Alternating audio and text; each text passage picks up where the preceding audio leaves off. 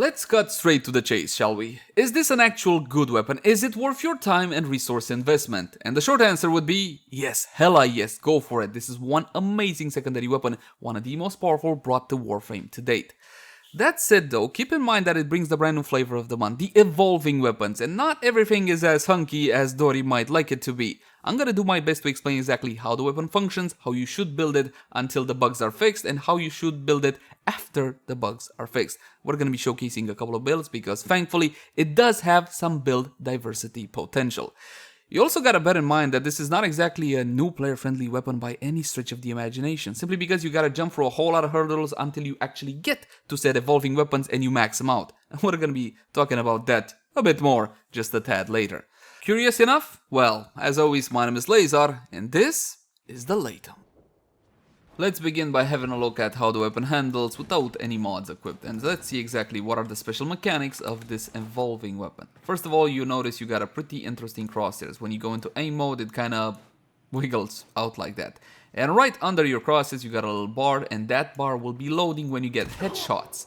Headshots only on your enemy, so body shots will not count. As you can see, this is a semi-automatic weapon right now, with a projectile-based attack. It may seem like it's hit scan, take my word for it, it is not hit scan, and the projectile actually has, look at that, a bit of drop off to it. So when you're aiming from afar, you gotta aim slightly above enemies' heads, and of course, leading your targets is also a thing.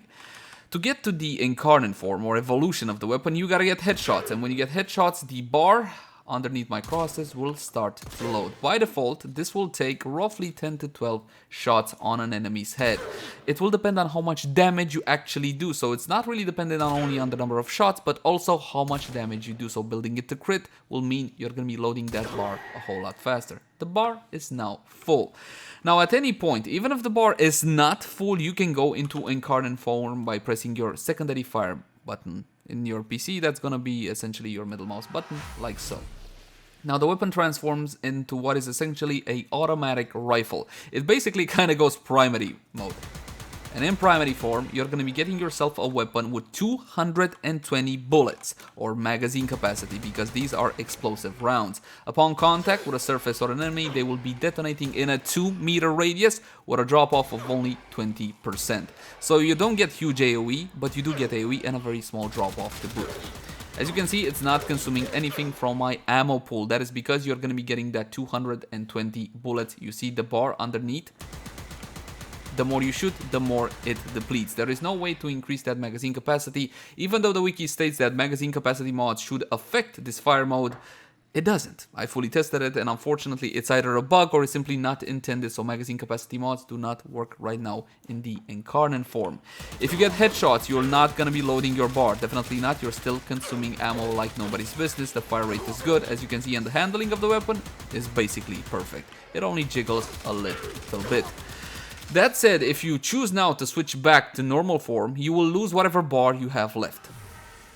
Yeah, and you gotta charge the weapon once again from the top.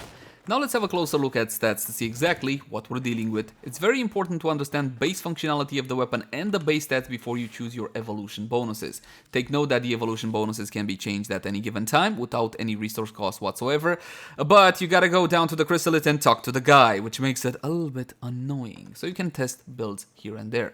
Semi-automatic mode, we do not care because we only use the semi-automatic mode to charge our bar for the evolution form. That said, that doesn't mean there aren't a couple of stats which will help you here. For example, there's a fantastic synergy with the Scourge. Use the secondary fire of the Scourge bullet attractor on enemies' heads. That's gonna make it a lot easier to get them headshots if you have trouble getting headshots. In actual gameplay, honestly, for me at least, which I'm not a fantastic player when it comes to raw aiming skill, it was fine without a bullet attractor. Critical chance, critical damage is good, so is critical multiplier and status chance on this one. Think of this one in terms of usability as a Lex. If the Lex didn't have terrible recoil and it was also a projectile-based attack. When it comes to the automatic form, this is the Incarnon form, essentially. You do not have a magazine of 12, you have a magazine of 220 bullets, and the fire rate is 6.67. The Riven disposition is going to be 1 out of 5 for the weapon. I do not recommend Rivens for Dispo 1 weapons because, not because you cannot get a worthwhile Riven, you can, but there are plenty of mods to fill out all the slots, and a worthwhile Riven, you either gotta be very lucky or very rich to get one. When it comes to the damage and critical chance, critical damage, you got the same multiplier as in semi-automatic mode, so 22% with 22% and 2.2x. This impact damage that you see right here, well, this one applies to the projectile physically making contact with a target, and the radiation damage here is the actual explosion with a 20% fall off and the 2-meter range. So 2 sources of applying damage, 2 sources of potentially applying procs. That's before considering multi-shot. Let's talk about the Excellent slot. What's the best in slot for this one? Well, honestly, I would highly recommend you go with Lethal Momentum. This will help out with everything. With absolutely bloody everything, go with Lethal Momentum in the Excellent slot. You might even want to format it using a Madurai polarity. This even helps with semi-automatic mode because, again, it is a projectile-based attack. It does have a little bit of drop-off. With Lethal Momentum, it's going to be easier to get yourself consistent headshots. When it comes to the Arcane slot, well, this is the same old story, my friends. For the most part, you're going to be going with secondary Dexterity if you're going to be using it in tandem with your melee. You're going to be using secondary Deadhead if you're going to go for a raw damage, raw strength approach, or secondary Merciless if your targets are going to be dying under the effects of procs.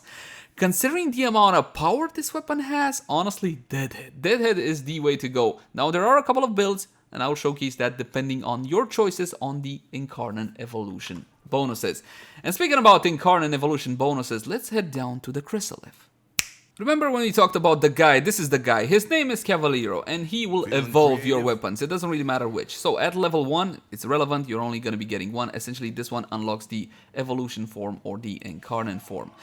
At level 2, you get a choice of 3. Minus 40% weapon recoil, not worth it. The weapon basically has no recoil whatsoever. 50% movement speed, yay, when aiming. Oh, okay. And of course, the 20% fire rate is, without a doubt, the best in slot and the obvious choice. Evolution number 3, which is technically 2, but that's fine. Change the upgrade. Lethal rearmament on headshot, 30% reload speed for 12 seconds, stacks up 3 times. Fantastic. And we are going to be going for some headshots, are we not? Especially if you're going to choose to build the weapon into crit. It's a choice. It's a legitimate choice for once on this one. You can go crit, you can go non-crit. And essentially, my friends, a bit of a spoiler alert, no matter what build you choose to slap on it, she performs like an absolute dream. And I will showcase. Next one. 40% magazine reload, when holstered mech. If you're gonna be using this in tandem with your primary, with your melee, sure, why not? Feather of Justice, gain 60% ammo efficiency while aim, gliding, and sliding. No thanks, D. We're good. Lethal rearmament, sadly, is like the least worst of the bunch. Not very exciting. This one, however, evolution number 4, or better said 3, is a whole lot of exciting. Check this one out. Oh, yeah. Elemental Excess, 20% status chance and minus 10% crit chance. Laser, that sounds a little bit counterintuitive. Tadam! But if you go to the final evolution form, this one synergizes beautifully with this one. Devouring Attrition, 50% chance to deal plus 2000% damage to non-critical hits. Fantastic, that's the build, right? Well, no. Not really. Incarnon Efficiency is the way to go if you're not the best at aiming, and essentially this is the smart choice out of the 3 at Evolution 4. Headshot builds plus 50% more Incarnon Transmutation charge. Honestly, 2 free shots. This is what you need with this one if you get the crits on and all whatnot, because again, while we do not use the primary fire mode of the weapon, the crits will help you to build up gauge faster, just like projectile flight speed will help you get crits easier, just like the Scourge alternative fire can help you get headshots easier. And that's a mouthful. Kaput Mortem, 50% headshot damage. Absolutely, this is for you mad people out there. If you do not have a problem getting consistent headshots, this is the DPS way. Mathematically speaking, this is the best. Right here. This is the one you want to go for if you consistently get headshots. But let's be honest, that's not gonna happen. Incarnon Efficiency for everybody else.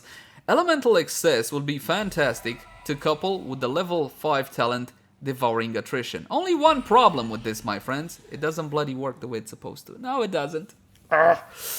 Right now, there are a couple of bugs in the Angels of Zaraman update, and by a couple I mean more than a couple. That plant plus 20% status chance and minus 10% critical chance applies to the base values of the weapon before mods. Does that make sense? So essentially, even if you plug this one on, the mods will still be applying to the base values as they were unmodded. So to make a long story very short right now in Warframe, after about 4 or 5 days since this update has been out, what this talent does is essentially add 4.4 status chance and reduce 2.2 critical chance. it doesn't work as intended, I would hope. So for this reason, and this reason alone, not only this reason alone, you're going to be going with Incarnon Efficiency. This is what I recommend, where you get the grips with the weapon. And the final one, the final talent is going to be Overwhelming Attrition. This is best in slot on hit. That is neither critical nor applies the status effect plus 400% damage for 20 seconds, stacks up 3 times, so 1200% damage. Damage with a caps. See that? That's damage with a caps. This is damage without a caps. Thanks, D. Make it more confusing. We need to clarify this talent, because some are under the impression that that damage bonus only will be applying to hits which aren't critical or apply a status effect. That is not the case. The trigger is hits which aren't critical or apply status effect. The damage you're gonna get regardless. And this Overwhelming Attrition buff will be up on free stacks all the time, almost regardless how you build the weapon. If you build it with a little crit, a little status, you're gonna be having this one up all the time. So again, only the trigger. This details the trigger, not the actual effect. The damage you're gonna be getting on critical chances and on hits that apply status as well. You get it? Hopefully you get it. Hopefully I did a good job at explaining that one. Reaper's Plenty. Reaper's Plenty. On headshot, 40% ammo efficiency for 6 seconds. Laser Arcane Pistolier. We don't need this one. Nah. Doesn't work. Doesn't work. Arcane Pistolier does not function on the Incarnon or Evolution form of the Laetum. So Reaper's Plenty, by all intents and purposes, is the smartest way you can go. Because this is the talent that will allow you to stay in Incarnon for the longest. You're going to be getting yourself some headshots, and essentially that 220 magazine will extend to like 600, 700 depending on your headshots and consistency. Honestly, this is the smartest way to go, but we're not very smart, so we're going to be going with Overwhelming Attrition. After the bugs are fixed, gentlemen, we're going to be going with Devouring Attrition at the final one, yeah, and here we're going to be taking Elemental Excess. I'm going to be showcasing a build for this one as well initially. So let's assume that Elemental Excess works fine, and we're going to be going with Devouring Attrition. That means we're going to build a weapon without critical chance because we're interested in that plus 2000% damage to non-critical hits. How would a build like that perform? Well, I'm going to be deactivating Madurai because it can skew the test results, and as you will see, Revenant has absolutely nothing that would add more power to the weapon right now. We're just going to go ham against level 165 Corrupted Heavy Goons.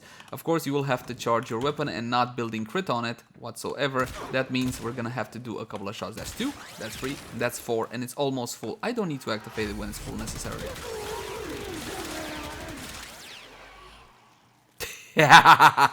And that is without the benefit of full galvanized stacks, my friends, because it didn't get a chance to. As you can see, the weapon absolutely wrecks house. And you might be curious, are you using a Riven or something? Or what's this nonsense? What's this insanity?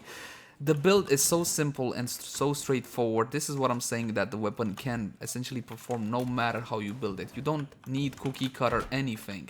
I think I only have one prime. Take a look. I'll go shot by shot so you can see better what the projectiles can do. That's a one shot. That's what the weapon can do. Even the explosion absolutely annihilated, even on that 20% damage fall off. This is the kind of damage you can expect out of the Laetum. Absolutely bloody insane. And bear in mind, it's still bugged. Talent Swine, that's a one shot. Look at that. This is not a crit build, by the way. Look at that. Look at that. Level 165 Corrupted Heavy Goons. And I know what you're gonna be saying, Laser, for frick's sake, this is our standing still target in the simulacrum. Fine! Steel path time. Now, to better highlight the power of the weapon, I'm not even taking a companion with me. There's no Vulpa anything, or there's no companion. Essentially, I'm gonna show you the exact whole gameplay so you can see exactly how powerful this weapon actually is and how hard it is to stack. There's really not much I can say right now. This is Steel Path and the weapon is absolutely plowing through with no problem whatsoever. Honestly, the only thing you should be doing is watching your trigger. Simply because of Lethal Torrent, your ammo efficiency might go a little bit down the drain, so you might want to swap that one out, because you're just destroying everything. Not that it matters a whole lot, because as you saw before, getting headshots is really a non-issue if you just apply a little bit of crowd control. For example, I'm using Revenant right now. I'm gonna switch out, my bar is gone. This guy got stunned. Get a couple of headshots. If you manage to get a crit, which is why I prefer the crit build, not this build, this is the raw strength build. I prefer the crit build simply because I can build charge faster for the Incarnon form.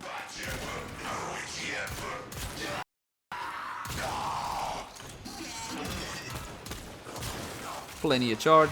Switch to Incarnon form, which is essentially seamless. Look at that. This is the power you can expect out of the Laetum. What build did I use? Damage with Hornet Strike, multi-shot with Galvanized Diffusion as well as Lethal Torrent. No critical chance, no critical damage whatsoever. We're using Sure Shot. What the hell, Lazar? Why aren't you using Galvanized Shot? It doesn't work. It doesn't work on the secondary fire mode. It does not work on the explosion. It does apply its bonus to the semi-automatic mode. So honestly, it's 10% difference between the two. If you want to use Galvanized Shot for the sake of having a shiny Galvanized mod on it, go for it. We're going to be using 3 of the 60/60 mod, Pistol Pestilence, Jolt for Corrosive, and a whole lot of heat with Prime Heated Charge and Scorch. This is a base build. You can change things around. You can change the elementals around. The weapon will perform without any issue whatsoever. This is the non-crit approach you can take to the weapon, and of course we're going to be using Secondary Deadhead. Secondary Deadhead is best in slot even with a crit approach. And speaking about crits, what are we changing for a crit build? Well, it's pretty simple. No more need for Prime Heated Charge and no more need for Sure Shot either, and we're going to be using Prime Pistol Gambit and Prime Target Cracker. I like this build more simply because it allows me to build bar faster to keep up Incarnon form. And keep in mind, in the XL slot, ideally if you have the 4-mana or whatnot, Lethal Momentum makes your life a whole lot easier. But of course, we're going to have to change the evolution perks as well. Swapping Overwhelming Attrition instead of Devouring Attrition. I still believe that the smartest way to go is gonna be with Reaper's Plenty, simply because Arcane Pistolier does not work on this one. But we can't resist more damage, so we're gonna go with Overwhelming Attrition. As for the 4th evolution on this one, I still think Kaput Mortem is the best DPS, obviously way to go. But it's smarter to go with Incarnon Efficiency, simply because we are building bar a whole lot faster. The gun in its primary fire mode or its semi-automatic mode is simply not all that fun to use. So let's go like so. I got dibs on your stuff. Now I want you to take a look at how many shots it takes to actually build power. 1, 2, I'm already past 50%, 3 and I'm full. 2 crits. Absolutely bloody insane. This is why I prefer crit. And of course, as with the other build, did I tell you guys that this thing performs no matter what you build it at? It's absolutely bloody insane. If Pistolier... Dude, if Pistolier would have worked on this, it would have been so bloody broken. Need I say more? Oh, I know! Steel Path time? Why not? Now, there are a few more notes which I'd like to make, but first, a little bit of carnage. Warframe buffs at this level of power is entirely pointless. Now, I can give this weapon to Mirage and she's gonna one-shot like anybody else can one-shot, but how much one-shot can your one-shot be? On the other hand, you know what they say, there's no kill like overkill. My friends, this is an absolutely glorious weapon. I absolutely love it. It's hella powerful and you should really get to grinding. My problem with it is the final incarnation form and the fact that actually unlocking it is a bit of a pain in the arse, if you know what I mean. In order to unlock the final incarnation form, you need to have all the free incarnate weapons currently available in the game. Say that you're not interested in one, it doesn't matter, you need to get it anyway, otherwise you're never gonna be able to unlock the weapon's full power. And of course you're gonna need to get rank 4 with a Hold Fast, that is the brand new faction in Warframe.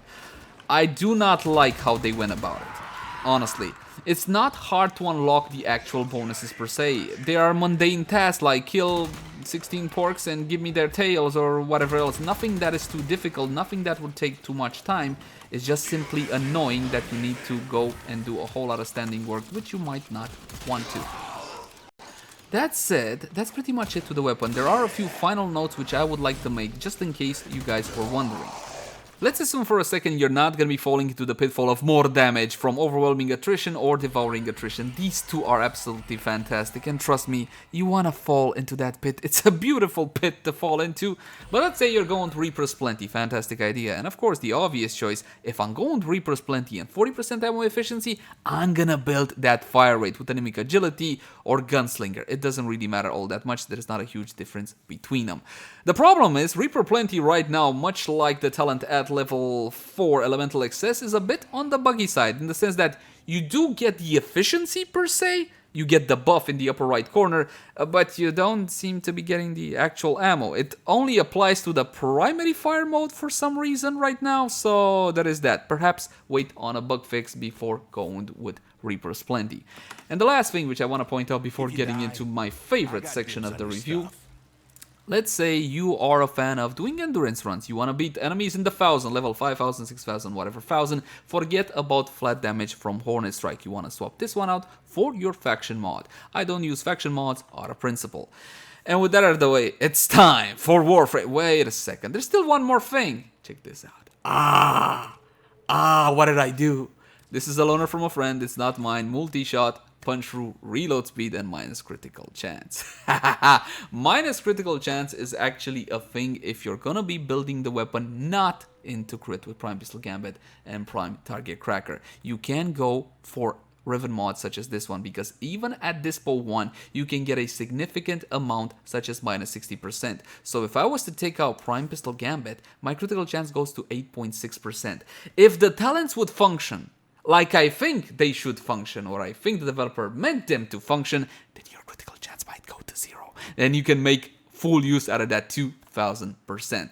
But until then, my friends, let's go back to good old-fashioned damage with a little bit of critical chance. Now when it comes to Warframe buffs, it's the same story as always. Corrosive projection against heavily armored targets and Arcane Avenger if you went for a crit build, not if you didn't. Honestly, you don't really need arcanes that will buff up the damage of your secondary weapon, because it does plenty by itself.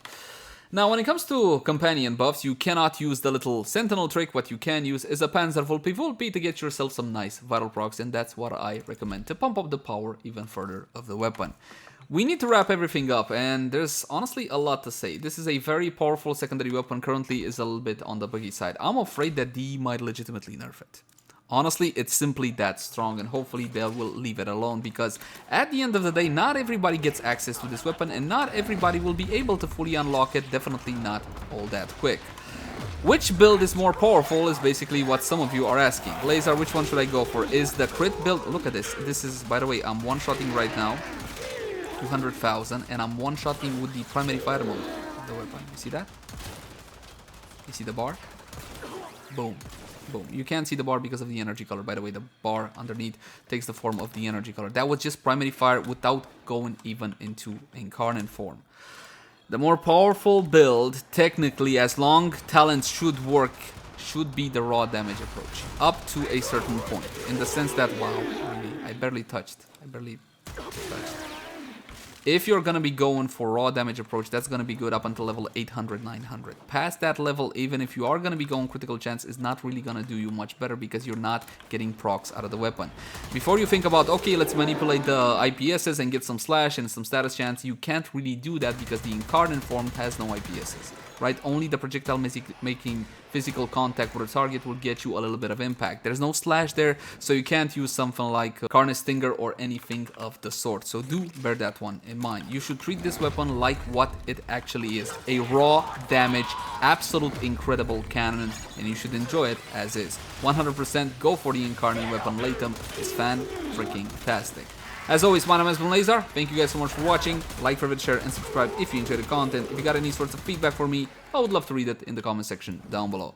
This is a very complicated weapon, and this review took a bit while longer, so if you got any questions or you want something to clarify, by all intents and purposes, post your comments in the section down below. While I may not be able personally to get to them, we have fantastic community members that will help you out. You can also catch me on Twitch, Facebook, Twitter, all the usual places. But until next time, my friends, consider supporting us via Patreon. Look at the cards right now if you want to help me keep making these reviews. I'll catch you guys in the next one. Bye-bye!